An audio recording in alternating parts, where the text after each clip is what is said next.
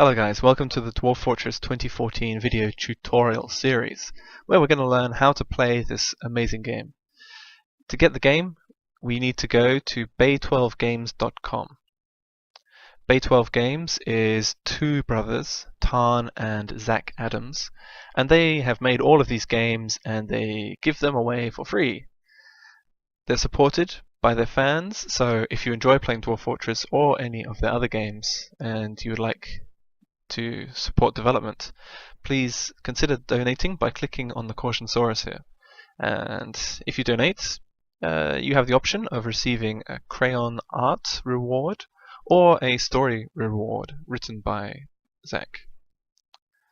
Anyway, we can get Dwarf Fortress now, so click on the link and this will take us to the Dwarf Fortress devlog page.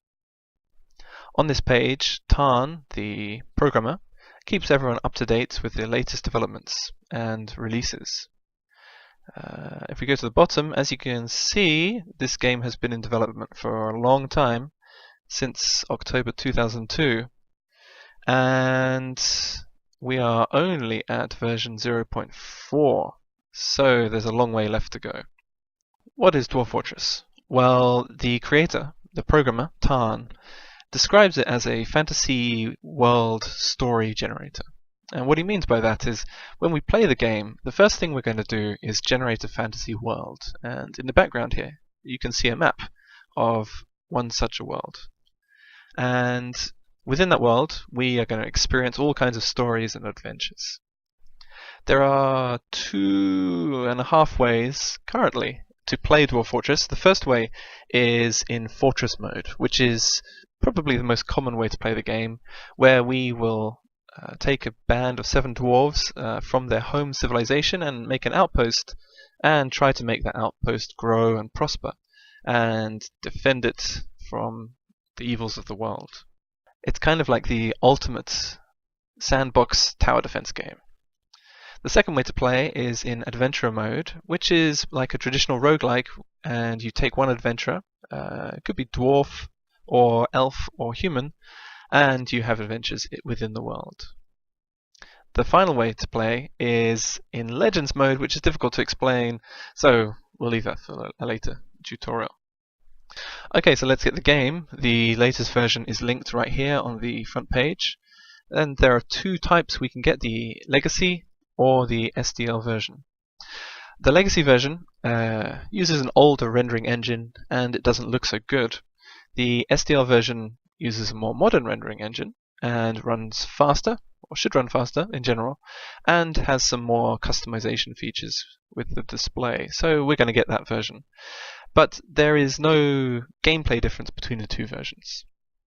So choose the operating system you're running and click the link to download the file. We're running Windows, so we will save that zip file. And then we'll cancel it because actually I downloaded it already. Okay, so let's extract the file by first creating a Dwarf Fortress folder. You might want to do that in your games directory. And we'll open up the archive and copy all the files into our new Dwarf Fortress folder. Dwarf Fortress is a very clean install. It only requires this one folder. You don't have to install anything anywhere else on your hard drive. Okay, now before we run the game and make sure it's working properly, if you're running Windows 8.1 or higher, go to the Properties and the Compatibility tab and make sure that Disable Display Scaling on High DPI Settings is checked, or else when you run in full screen mode you might have some borders cut off and it looks not so good. If you're running Linux, you might have some trouble with the sound, so when you run the game, if you can't hear anything, there might be a problem with your sound libraries. Dwarf Fortress, I don't know if that's true now, but it did come with 32-bit audio libraries, and if you're running a 64-bit distro, you had to get those libraries. So check there's a special Linux README file which isn't in the Windows version here.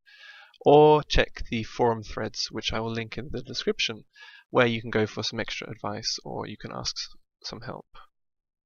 Okay, so let's run the game.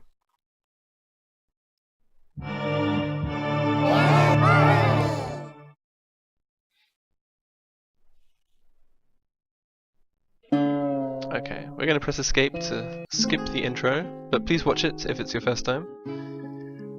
And here we are at the main menu. Now before we wrap up this video, we'll just test the STL features. If you're running the STL version, you should be able to resize the screen, which is very nice. And you should be able to zoom in and out using the mouse wheel, which isn't so useful at the moment, but we will use that function later. You can also press F12 on your keyboard to toggle between true type fonts or the tile set. Now, true type fonts do look kind of nice in some situations, but they do look kind of incongruous with other parts of the game, and the feature isn't fully implemented properly, so we're going to keep them off. You can also press F11 to go full screen, and F11 to go back to windowed. Okay, so we got the game running. In the next video we'll be looking under the hood of Dwarf Fortress a little bit and customizing our installation just a little bit. And in video 3 we will start world generation. Okay, thanks for watching, guys.